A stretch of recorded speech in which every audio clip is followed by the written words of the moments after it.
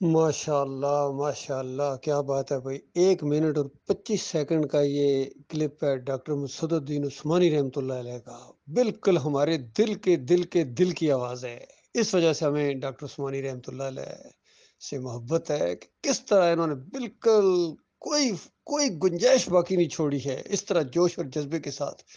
کہ جس نے اللہ کے ساتھ کوئی چھیڑ کی ہے، اللہ کی کتاب کے خلاف جس نے عقیدہ بنایا ہے، وہ امام اور امام زادہ اور امیر تمہارا ہوگا۔ ہمارے لیے اس کی بالکل حیثیت جو ہے ایک نجس کیڑا جو نجاست کو دھکیلتے ہوئے چلتا ہے، اتنی بھی حیثیت ان کی نہیں ہے جنہوں نے ہمارے مالک کی کتاب کو پیچھے کر کے اپنی چلائی ہے۔ یہ پکار کا شرک جس نے کیا ہے، چاہے محمود الحسن ہو یا واسطے وسیلے کا شرک، یہ سارے دیوبندیوں نے اور صوفیوں نے یہ واسطے وسیلے کا ایک شجر خبیثہ لگایا ہے اس کی،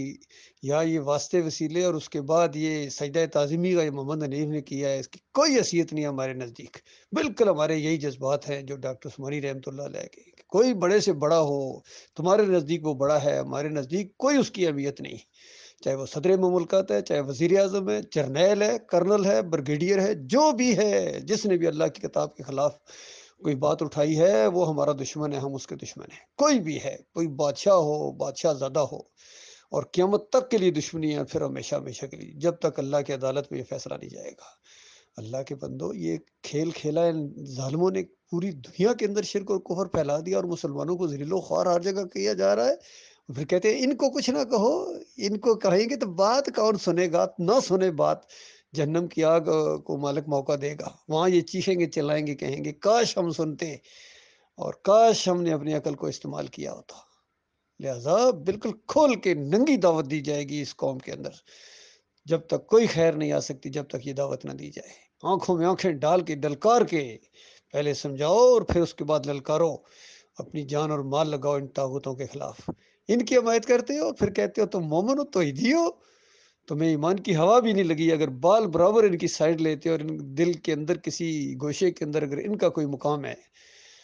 ان طاغوتوں کا، ان صوفیوں کا،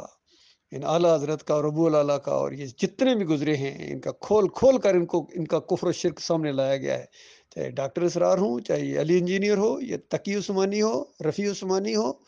جو مر گئے ہوں وہ، یا یہ جتنے یہ زندہ ہے، طارق جمیل ہو، طاہر القادری ہو، فضل الرحمان ہو،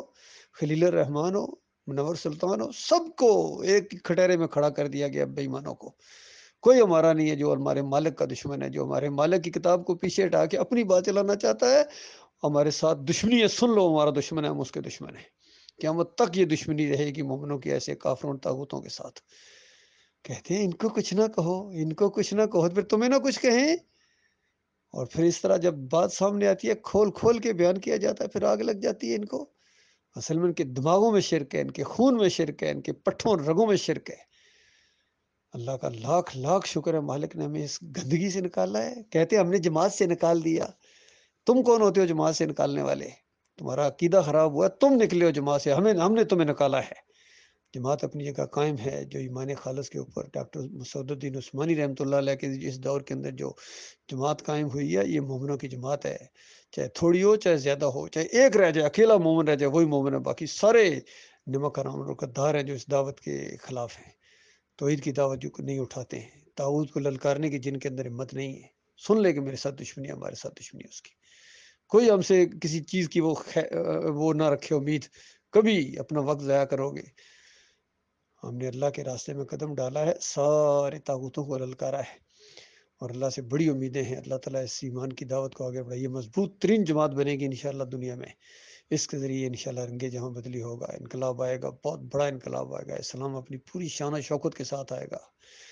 اور اس طرح بھیک مانگنے کے ووٹوں کے ذریعے جو ہے نا خیرات مانگنے کی ضرورت نہیں پڑے گی،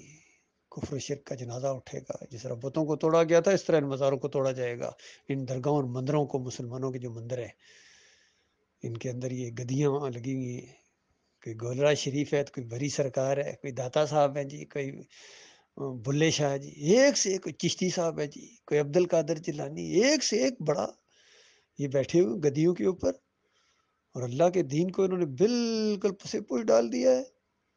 اللہ کے بندو، ایمان کی دعوت، یہ توحید کی دعوت، یہ بچوں کا کھیل نہیں ہے، نہ ہی نہ مردوں کا کام ہے، نہ مولویوں کا کام ہے، یہ ان کے بس کی بات نہیں ہے، نہ ان کی یہ فیلڈ ہے۔ یہ تو انبیاء اللہ تعالیٰ نے بھیجے ہیں ہمیشہ، جہاں مردوں کی رہنمائی کے لیے کتابیں اتاری ہیں۔ اللہ تعالیٰ غور و فکر کرنے کی توفیق عطا فرمائے۔